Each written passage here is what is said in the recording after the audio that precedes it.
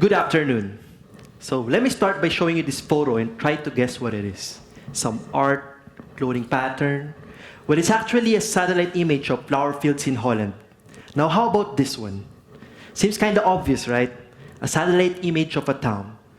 But what's not obvious from this image is the depressing reality happening on the ground of rescue and recovery operations. These images were taken from the 2011 earthquake in Tohoku region, which claimed the lives of 16,000 people. We are Adarna Aerospace, and our mission is to empower society to be resilient through satellite data, augmented reality, and remote sensing.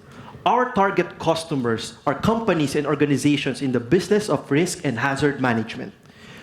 Now, why do we do this? Because we believe that data saves time, saves resources, and more importantly, has the capacity to save lives. Now, nowadays, data can be accessed from ground to space, but the challenge is that they're not being fully utilized. You see, utilization of data requires appreciation and understanding of the data. And we identified 3 barriers to data utilization: an expertise barrier, a technical barrier, and a scalability barrier.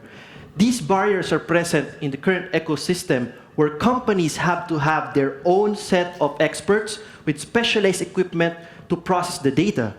They produce old-fashioned data and distribute them physically to the end users. Now, from Philippines to Japan, the scenario is similar. They use traditional analog methods to do their training, planning, and operations. And out there on the field, they take minutes, if not hours, to use and analyze the data. And you see, when lives are at stake, every second counts. Now, our solution is remote sensing and augmented reality, where we use 3 core technologies of data insights, geospatial augmented reality, and crowdsourcing strategies. With RS-AR, we will use Japanese space assets like PASCO, TELUS, among other sources of data, and use our in-house data analytics and geospatial transformation to produce immersive and actionable information directly to the customers. Now, the user-generated data and operations data will be used by our system to improve its accuracy. Now, let me go back to this scene in 2011 to show our prototype technology. Now, we can recreate this scene on a different city by taking multiple satellite images and converting these images flat data into 3-dimensional city assets. We've added controls so you can change the scenario based on remote sense data. Now, users can also add waypoints and visual guides to exchange information with other users.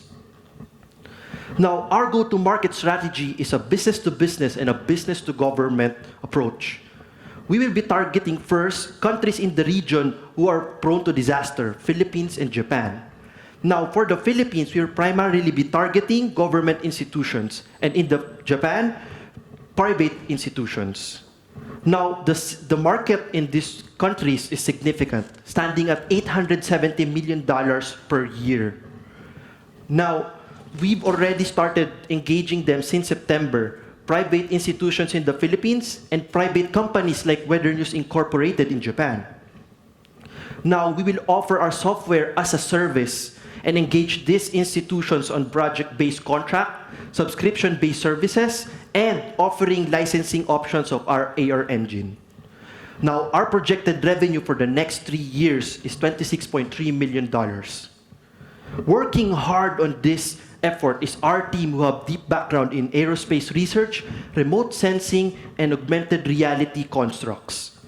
Now, we believe that RS-AR is not just a tool, it's a collaborative, informative, and immersive extension of our senses. So come and join us. Let's use satellite data and augmented reality to save lives. Thank you very much, and we are open for your questions.